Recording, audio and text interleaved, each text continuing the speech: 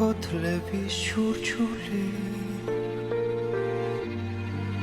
ლოდინით დახლილი გზა და ჩუმად ნათქვამი სიტყვები მიყვება ქარს ეს ჩემი ფიქრია პირველად ჩემი შეხება მუსიკასთან იწყება იმით, რომ დედას აჩუქეს გიტარა, ვიყავით 11 წლის მაშინ და პირველად ინსტრუმენტთან შეხება როცა მქონდა, მთელი ღამე არ მიძინე. ძალიან მაინტერესებდა რა.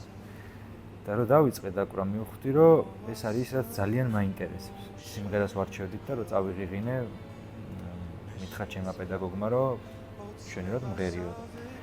მეც მივაქცია უფრო მეტად ამას ყურადღება და აი აქედან იწყება ჩემი პირველი ნაბიჯები მუსიკაში. ორი უმნიშვნელოვანესი ფაქტორი რაც არის, ეს არის ბიძგსაც შეეხება, ეს არის ოჯახი უპირველესად და მეორე, პედაგოგები, ის ადამიანები, ვისთანაც თუნდაც რამდენიმე კვირა გავატარე, არ აქვს მნიშვნელობა, თუმცა მაინც თავარი ბიძგის მიმცემი ცხოვრებაში ხარ შენი თავისთვის შენ. იმიტომ რომ ვერავინ ვერასდროს იმ ენერგიას ვერ მოგცემს, რაც შენ გჭირდება რეალურად. თუ შენი პასუხისმგებლიანობით, თანმიმდევრულობით და შრომის უნარიანობით არ მიიყევი საქმეს, არაფერი გამოგივარდა. რომ მე ვიყავი ჩემი თავის ყველაზე დიდი მოტივატორი. სპონტანური იყო ჩემი კასტინგზე მისვლა, ვიყავი 16 წლის და არ მქონდა თვალად გათვითცნობიერებული რა რისკზე მივდიოდი, იმიტომ რომ ქვეყნის ფარგლებს გარეთ როცა გადიხარ არასრულწლოვანი, გიწევს მინდობილობით წასვლა და მთელი რიგი პრობლემები იყო და რაღაცნაირად გავრისკე რა. არ მჯეროდა რომ რაღაც წარმატებას მივაღწევდი, საერთოდ ძალიან ღელავდი სანამ გავიდოდა ეკრანებზე, ფიქრობდი რომ ძალიან უშედეგო იყო ჩემი იქ წასვლა და როცა რაღაცა დიდი გამოხმაურება იყო მართლა მაშინ. ეს იყო მთავარი აი გარდამტეხი ნაბიჯი, რომელმაც მე ფაქტობრივად ამოაყირავა ჩემი ცხოვრება. უკრაინელები არიან სიმამაცესთან ერთად არაჩვეულებრივად თბილები და ძალიან სხვანაირი ხალხია რა, მართლა როგორც სახლში ისე ვიყავი. მინდა რომ მალე დასრულდეს ეს ჯოჯოხეთი, მალე გაიმარჯვოს უკრაინამ და კიდევ ერთხელ ჩავიდე კიევში, ძალიან მომენატრა. ქართული პროექტები ყოველ შემთხვევაში იმ დროს, როცა მე ვიყავი, იძლეოდა არ ნახულ შანსს, რომ ძალიან მარტივად რამდენიმე გამოსვლით თქვათ შენი თავი წარმოგეჩინა. პროექტმა დიდ სტრესთან ერთად მომიტანა ის, რომ უდიდესი გამოცდილება მომცა და მარტივად გააცნო საზოგადოებას ჩემი თავი იმ დროს.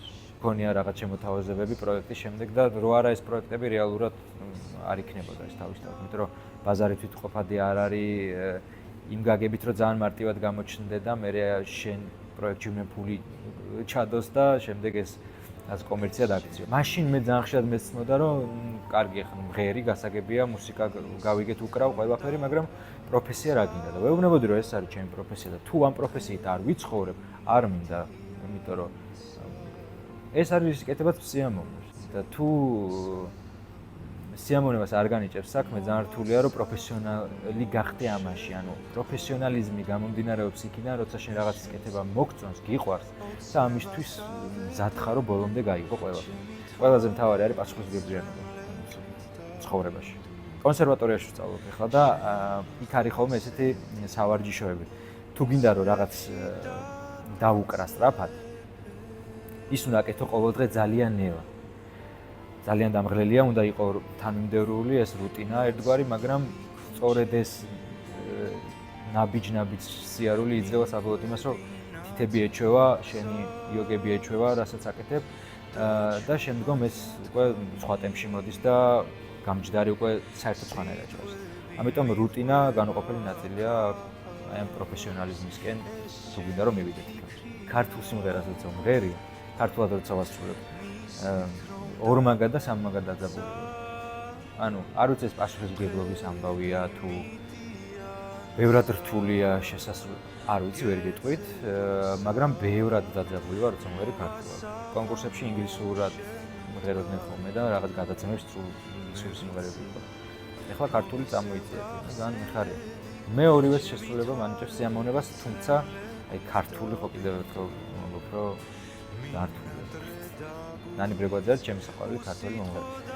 ვთვლი რომ მას აქვს ის რაც არავის არ აქვს და ვთვლი რომ არის განუმეორებელი მართლა აი ამ სიტყვის სრული მნიშვნელობით ერთადერთი ნანია და მეორე აღარ იქნება არასდროს მე მონაწილეობ მიუზიკში მე გადმოსულავს ზღვას ჩემთვის იყო უდიდესი გამოწვევა იმიტომ რომ ძალიან დიდი მიუზიკლია 3 საათნახევრიანია და მთავარი როლის ერთ-ერთი შემსრულებელი ვარ მე და მიხელა პასუხისმგებლობა თან 11 სიმღერას მღერის ცოცხლად თან თამაშობ და ფაქტობრივად არ გადიხარ სცენაზე მე არ ვთვლი თავს არც მსახიობად არც ნიჭიერად არაფერი ეგეთი პირიქით აი მუსიკოსაც რომ მეძახიან მეუბნები რომ არა ჯერ კონსერვატორიაში ვსწავლობ იმისთვის რომ გავხდე მუსიკოსი გამოწვევს რომელსაც ცხოვრება მთავაზობს მე რაღაცნაირად ყოველთვის ვეთანხმები და უკან არ ვიხი იმიტომ რომ მგონია რომ თვითგანვითარება ეგ არის ყველაზე მნიშვნელოვანი ადამიანის